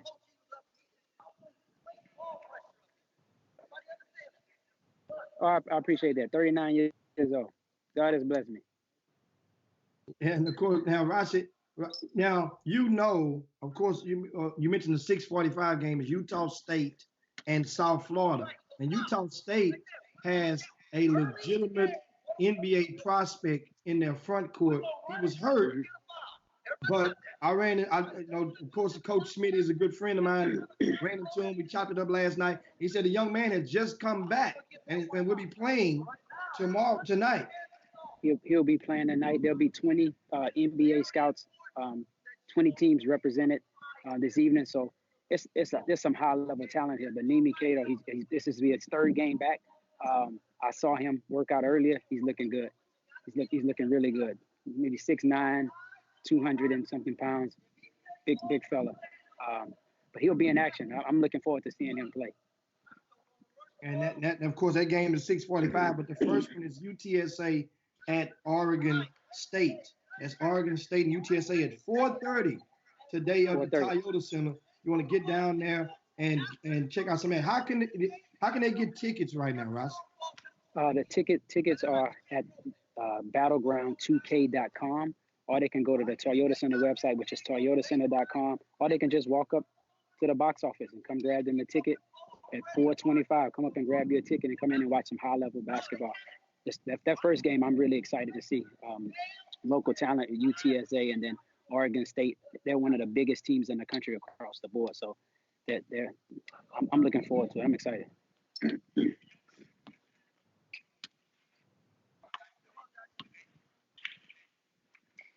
Last year, they had the highest scoring backcourt duo in the nation. The backcourt duo, the backcourt is potent, led by Javon Jackson, who played his high school basketball actually in Dallas, and then Keaton Wallace as well. So, local talent.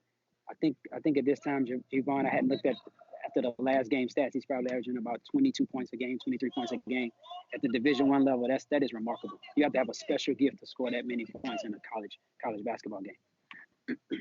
Indeed. Of course, as we just tuned into Chop Shop, we have Rossi Karen with the battleground that will take place this afternoon, late afternoon, at the Toyota Center. Triple header. First game, Oregon State and UTSA, followed by South Florida and Utah State. And the nightcap, 9 p.m., Baylor and University of Tennessee Martin. Now, which game poses the biggest potential upset? That's tough. That's tough. There's so much parity in college basketball now. So it's hard to tell. You're dealing with 18, 19-year-old young men. They've traveled here. They spent yesterday out in the communities in Houston, doing community service, working with some local children's organizations. So, you just never know, man. It's a long trip. It's been a long 3 days for them. You just never know.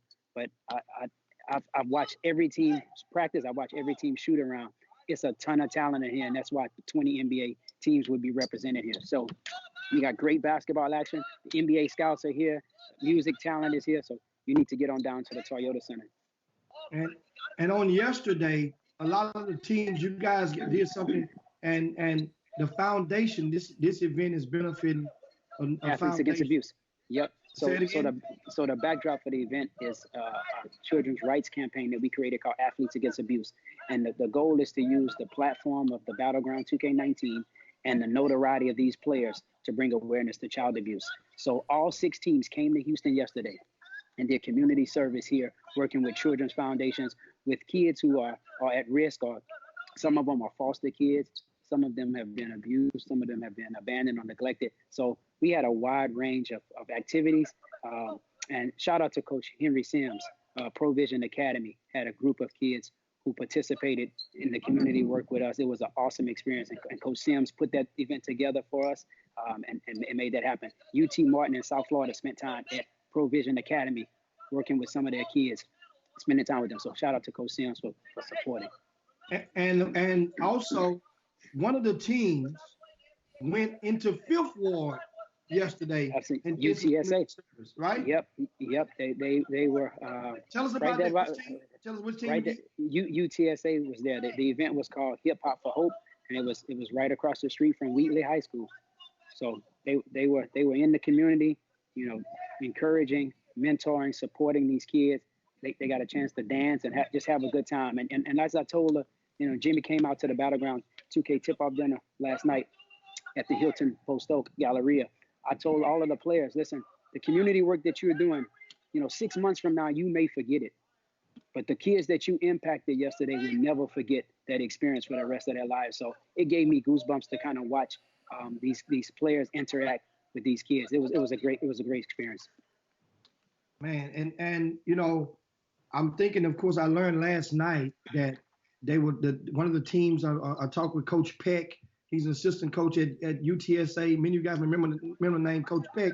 He was the first coach when Finley Prep came along and stole a lot of Oak Hill's thunder. Yep. So he was the coach at Finley Prep. He's now he got a job at UNLV, and now he's at UTSA.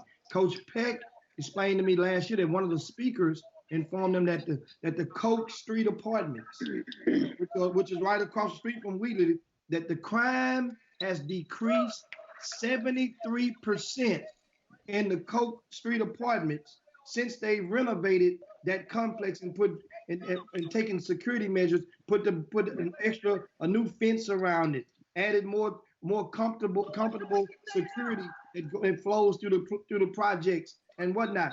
That place has a dear spot in my heart because every year, right when we are doing the back to school drive, after a lot of this leftover stuff, I always go and roll through that projects, and those kids run up to the car as though it's Santa Claus in the middle of August. So, you personally, did you get out and go and do something and join some of the teams yesterday with their community service? Yesterday, the group that I was with was the Covenant House. So that the guys from the Covenant House came out to the Toyota Center to watch practice, and they spent some time with one of the schools here at the Toyota Center. It's just a great opportunity, man. These college athletes don't realize how influential they are and how much these young kids look up to them and aspire to be like them. So yesterday was awesome, man. It was what this event is about, and it's to bring awareness to child abuse, and it's to also help these athletes understand that they have a responsibility to give back to the community. And these 6 schools came to Houston and they did that. They represented their university as well.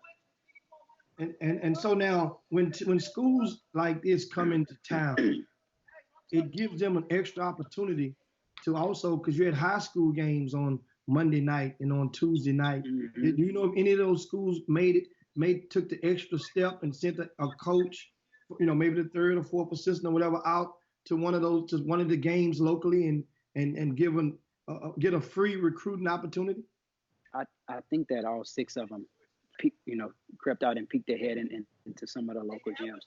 But I know they were all asking about, I heard whispering about, what guys they should see. So I know that while they were here, they got out and checked out some of the local talent. So hopefully, the local guys were on their A game, because like I said, some high level teams in town for this event, and they need players to stay at a high level. And I think Houston has a couple of guys that can help each one of those programs. I'm just laughing, Ross. Keep going. And so then, of course, Rossi Karen is live with us with the battleground. And what you hear in the background is the actual practice session. As you guys can see, Rossi just gave you a sneak peek. Baylor Bears having shoot around right now, early practice session, and they will play at 9 p.m. this evening. We're talking about big time Division I basketball. That's also, Rossi, one lady asked earlier today, is this the same young man that was with Basketball University? And I'll let you answer that. One of the viewers in the Boom Boom Room. Yep, it's me. Basketball University, we founded in 2004. 15-year run. Camps, clinics, travel teams, and serving the community. So, yes, he is I is him. Now, Rossi, there's no more Basketball University as far as the teams. You guys have made a decision that you're not fielding any teams, right, this summer? No. Yep, Teddy Wheeler is now the active program director for Basketball University, and he's focusing primarily on player development and recruiting services, helping kids to get recruited and helping kids prepare for the next level. And I've watched a few high school games this season. There's a few players that are playing at a high level. There's a couple guys that need to call Teddy Wheeler today, try to get in that gym. They need to call Teddy? They need to call him. He's the best at it, and I think his track record proves it. So they need to call Teddy. Call Teddy Wheeler ASAP. Now, speaking of Teddy, you know what? I'm want to share something with you guys. Last night at the dinner, one of the parents of a former player with the Basketball University, she was smiling ear to ear, and went over and singled out Teddy and acknowledged and showed her appreciation for him, because her son is playing Division I basketball. He's in New York, and he will be graduating from college, right? I want to say he's graduating like next semester. Yes, like this semester he's graduating. He won't March until after next semester, and he still has another year or so to play on the court. And he's going to go and remain in school to get his master's. That is correct. And her tears welled up in her eyes when she explained. I said, well, man, getting that master, tell him, make sure he take full advantage of that opportunity to get that free education for the postgrad at school. And she was like, and she was just emotional about how much money that he's going to graduate and be debt free. That's debt free. To you. Absolutely. And so the bigger picture, what tips do you have for parents out there and recruits that are listening that are shooting for the moon but refusing to cling on to a star in the process of their recruitment? I think the most important thing, and I put out a video a few weeks ago, is just to have some perspective on what you should be doing along the way. Like, if you pan here, that next level is a tough level, and you have to have a lot of times parents, they want their kids to play at the next level, but the kid doesn't want it that bad. Your kid has to have an obsession with playing at the next level. That means they're waking up, they're thinking about basketball, getting in the gym, eating right, lifting weights, making 200 to 500 shots a day, watching film, doing practice sessions with their team, playing pickup games, coming to the Battleground 2K to watch what it's supposed to look like. You have to have all of that in your arsenal just to have a shot And then the next part about it is just to be prepared academically, to make sure that you're taking the necessary steps to be a qualifier.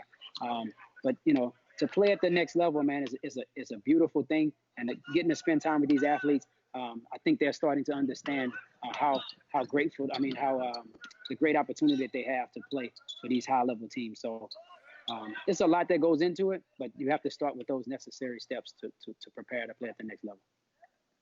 And so now, in your experience, what do you have for as what direction would you steer them in regards to how to select? How do you know if it's the right fit? How do you know if it's the right? You had kids that go to college from the basketball U that's excel and start as freshmen in Power 5 conferences, and you've had them that go and had to transfer. What, if you look back at it, what are some tips? Give us about 2 or 3 tips on what mistakes not to make.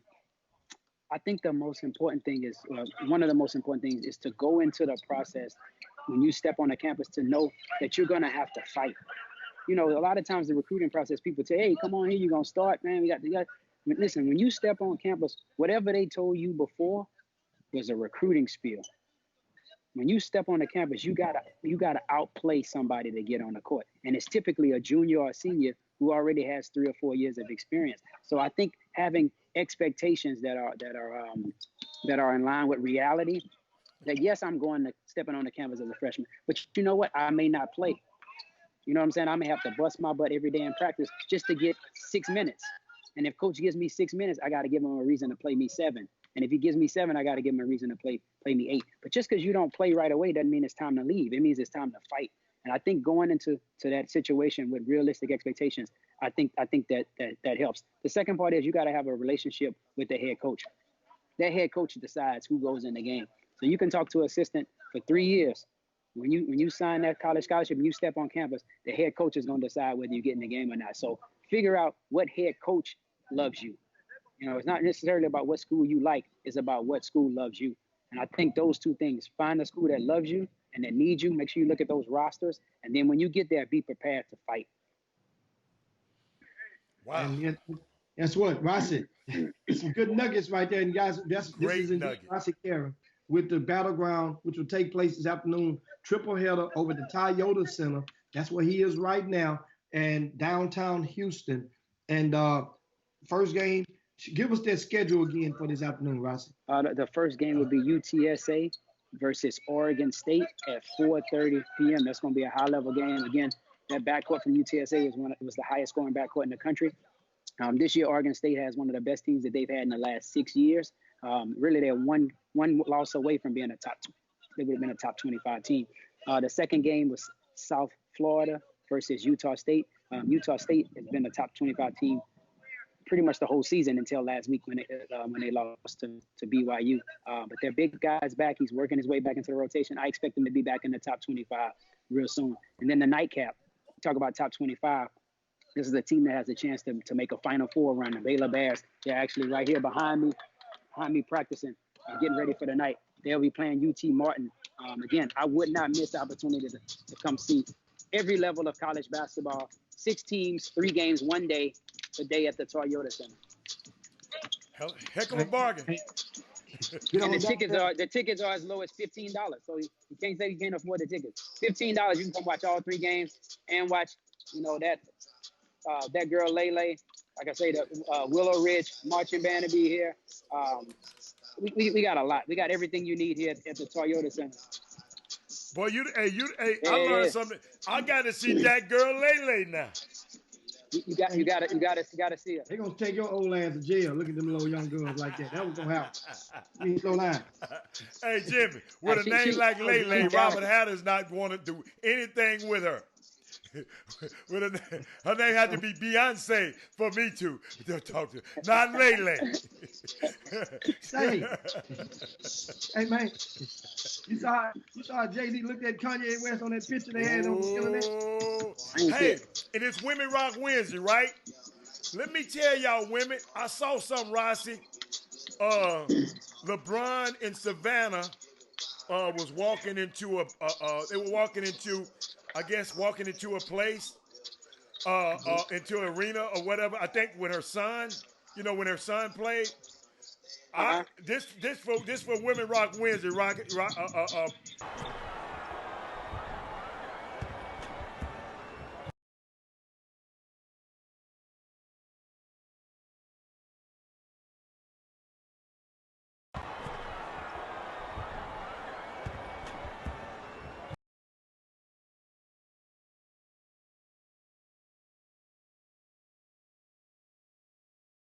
Get your little butt out the way, and my wife, and then you have to see her reaction. She like, go on, daddy. Look at her. She like, go on, daddy. I like that. So for Women Rock Wednesday, for men, that's how you're supposed to push them. Don't wait on security. Somebody in your girl's way. Hey, excuse me, young fella, get out the way. Yeah, I thought I'd add that today. But Rossi, man, I am so excited about the night, and I know you've been there just all day. So yeah. So, but I'll let you know when I'm on the way.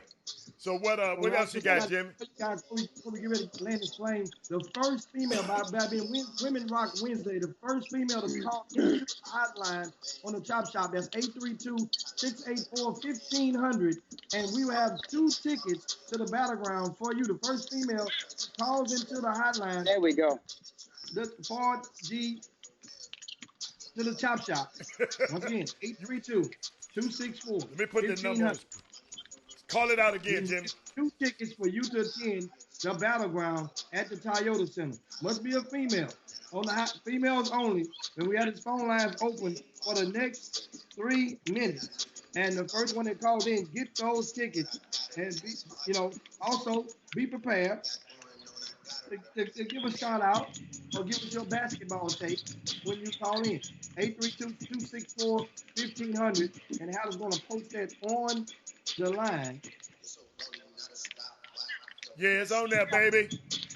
Meanwhile, Rossi, you're an NBA fan as well, right? A little bit, but I'm more of a college basketball guy, but I like a little bit of NBA. Well,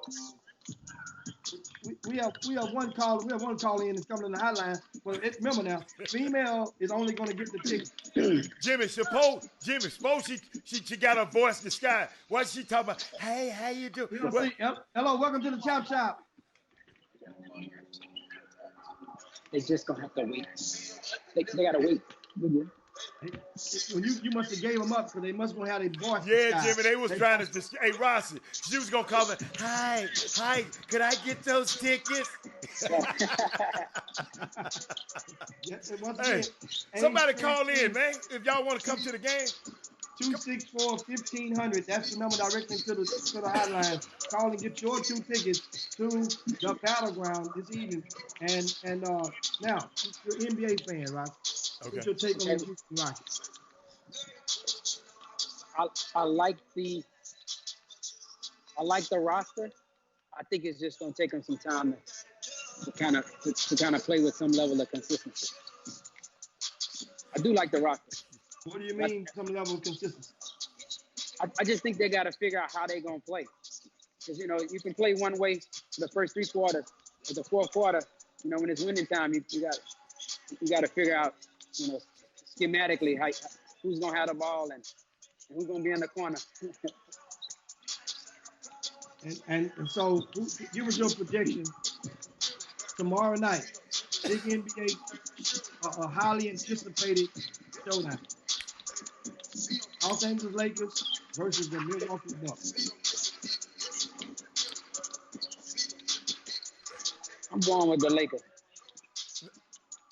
Okay. All right. Me too. You going to the Lakers? Who's going to have a better stat line?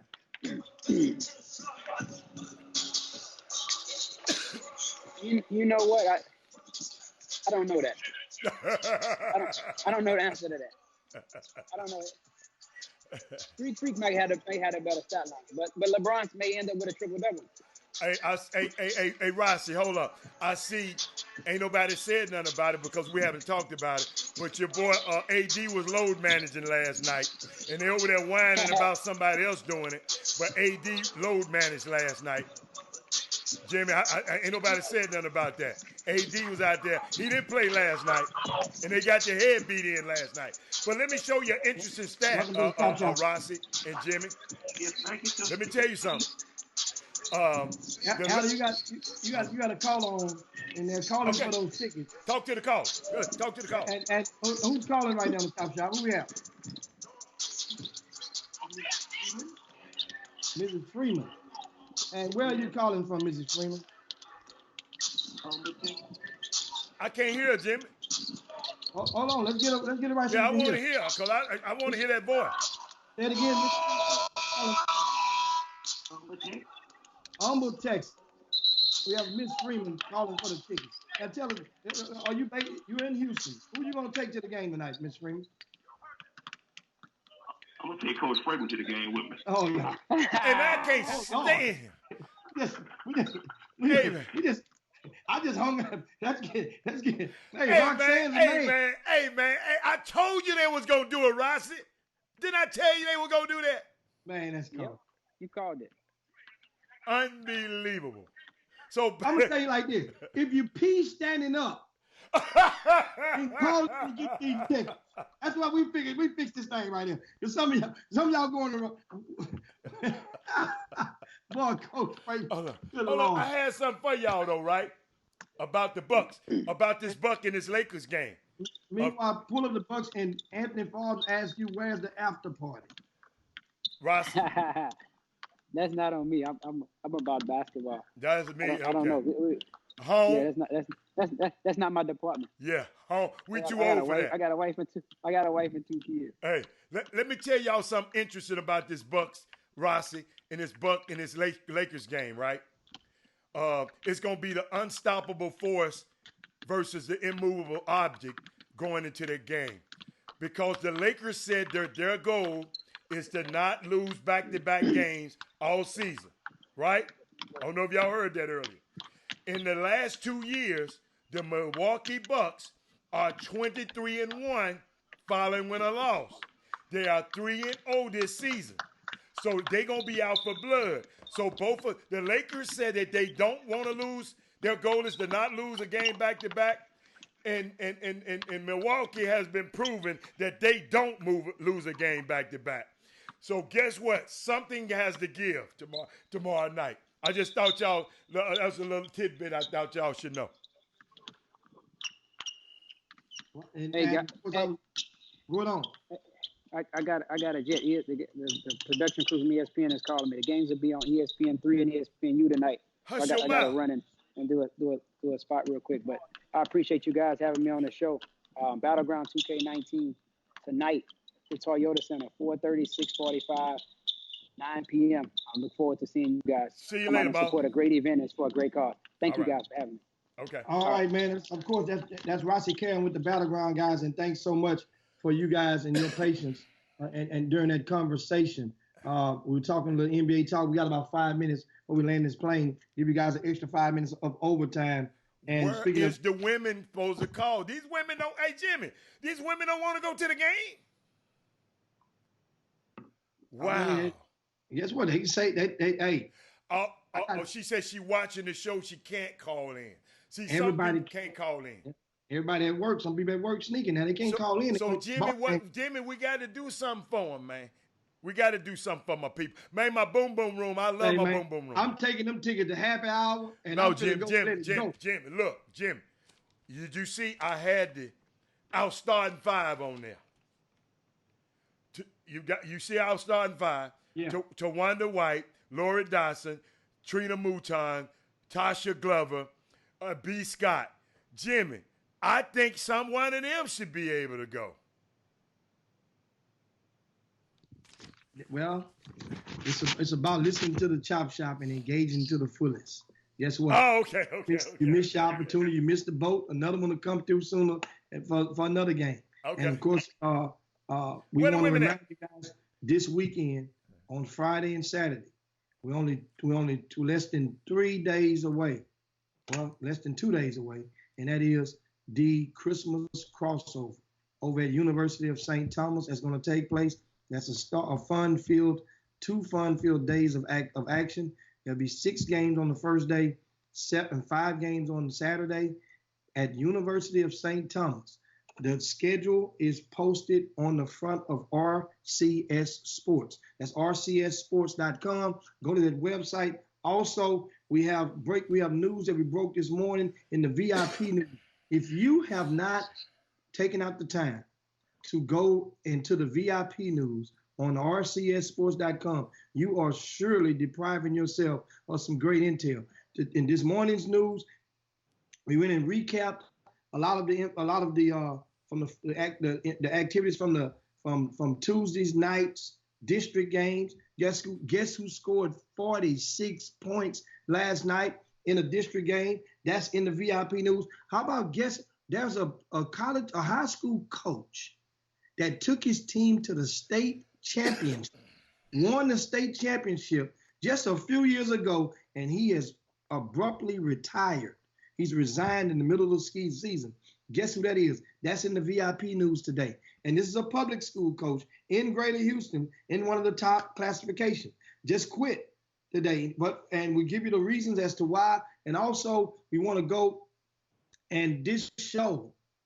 Well, also in the VIP news, we have our weekly list of the college freshman report, the D1 freshmen from the Greater Houston area, that you can see who's playing the most minutes, who's averaging the most points and assists, rebounds, as well as who's not playing at all on the D1 level. We have a complete list of those guys. You can get them all in the VIP news, along with the results from a lot of the games around the area. District play is underway, and if you haven't, a lot of the schedules, guys, speaking last but not least, this book, the magazine, is still in full effect and still available. You should have saw what those college coaches were saying last night from all 6 of those teams that will be playing today at the Battleground when they got their hands on the magazine. And I'm telling you, there's nothing like it in the country. It's the district schedules are right here, guys. It's district time when these guys come back from the break, or even during shortly after the break. District schedules. You can go and find out who's playing where just right at your thumb. The info is right there. Also, the conversation that we're waiting to have, and that is the top 100 players over the past 50 years from out of Greater Houston. That information there. Then we gave you guys the news on Monday, the breaking news that the McDonald's All-American game will be held in Houston for on April the 1st, 2020. That's this coming April. The McDonald's game is coming to H-Town. Here's a list of every McDonald's All-American in the history of Texas, boys and girls. That and a lot more intel is in the magazine. Where to find your copy? Simply go to the front of rcssports.com and get your copy today. Or if you're out of town, and a lot of you guys have done so already, you want to order a copy, we have the info. We will ship. I will go straight to the post office right now and put your copy in the mail if you want one. Simply send an email, follow the information on the front of rcssports.com. Now, don't forget, guys, NBA action tonight. The Houston Rockets are off. They will play the Clippers on Thursday now. That's going to be one hell of a doubleheader. Thursday night, I'm going to be in front of the TV. It's going to be a long night. The Lakers and Milwaukee at 7 and the Houston Rockets at the Clippers at 9:30. That's one of the best doubleheaders of the season. But tonight, you have Miami at Philly. You have Boston at Dallas. Oubre Jr. sheds his defender. Oh, my. Here it is right here. Beverly goes for the steal and exposes. Between Kelly Oubre and PG-13, he's fouled. Throws it away. George gets it back with Oubre to beat it. He flushes it in. And stares him down. Right away, they're talking, and all of a sudden, PG said, oh, man, I'm going to get you back and put you in the rim and stare him down. I see you beat. Violation of the NBA's banned substance policy. So he's set to return. Also, Big Zion Williamson he's He's been fully cleared, but there's no timetable set on his return. What you got, Alex? Jimmy, I saw some. I just played a highlight of Kelly Oubre dunking on Paul George. Then he go back and dunk right back on him. He gave it right back. But Jimmy, I saw something the other day that I want to talk about before we get out of here. But I saw some little young kid at a youth football game. Did you see the young kid who gonna grow up to be Antonio Brown? Come back. This has been the worst team, the worst experience I ever did. Players, this is not on you. Come back. This has been the worst team, the worst experience I ever did. Players, this is not on you. So listen. This is not on you. Players, y'all did everything. Y'all gave your heart. Y'all did everything right. It was the coaches. The coaches. Listen up. This was the coaches' fault. Come back. This has been the worst team, the worst experience I ever did. Players, this is not on you. So listen. This is not on you. Players, y'all did everything. Y'all gave your heart. Y'all did everything right. It was the coaches. The coaches. Listen up. This was the coaches. Antonio Brown, Jimmy. That's Antonio Brown in a few years. What he's doing in 5 years. I'm curious to know what he's doing in 5 years. And guess what? Kids don't get those thoughts. They don't manifest those thoughts on their own. That came from somewhere else, and that'll be one of the topics on tomorrow on the Chop Shop. It's time to yabba dabba do this thing, guys. Here, and time to slide on down Dino's back, and you know how it goes. I want to dedicate this show, today's show, to former Sam Houston High School star Chris Green, who was shot with a shotgun blast 2 days ago after a dispute involving a pickup basketball game at Tidwell Park, located in Northeast Houston. Chris Green was a young man who he played with his last summer basketball game. He led the Houston Raptors to the championship in Las Vegas. They won the championship. He played with the Raptors. Before then, he played with Herb Baker with the Texas Elite. But this guy, Chris Green, was a leading scorer at Sam Houston High School last season. And young man, sad, but he's recovering, critical condition up until this morning. And they said, I got the word that he opened his eyes for the first time. Wow. So that's Chris Green. If you guys know him, reach out to his family, and we lead on out with him. You know, he's made it though, so he's not dead. Right. Which that's so, but at the same time, I remember that little kid, man. God, his mind, his picture of him playing is right in my mind, because you know he was on the cusp of being one of the best players in the city. And then he just left. Oh my goodness, no. Jimmy, did he have the thing about it, I had him. At one point in time, Chris Green was ranked in the top 10. I mean, I'm sorry, top 20 in the area. You know, and I'm looking in the magazine from last year, and I'm seeing at 1 year ago, Chris Green was number 15 in the city. Right. He was number 15. But like if you're ranked in the top 30, you're a legitimate Division I prospect as a 12th grader. Now, anybody can be ranked in the top 30 as a 10th grader. I'm just letting you guys know. But in the 12th grade, in a city like Houston, if you're ranked in the top 30, you are a Division I prospect. Well, in most years. In most years. Right. He was number 15 to start the season off last year. Last year in the magazine. So I'll have to go and look that up. But Chris Green, you know, his family, we hope that he can come on around and be able to be in his body is functioning and regains full functionability. And we get a chance, hopefully this can be a wake-up call to not just him, but a lot of people out there as far as getting this stuff together and taking advantage of opportunities by way of this youth sports. So one of the things, on behalf of Robert Haller, guys, Jim Hicks, we up out here, guys. Thank See y'all. you guys in 22 hours. Chop, chop. Boy.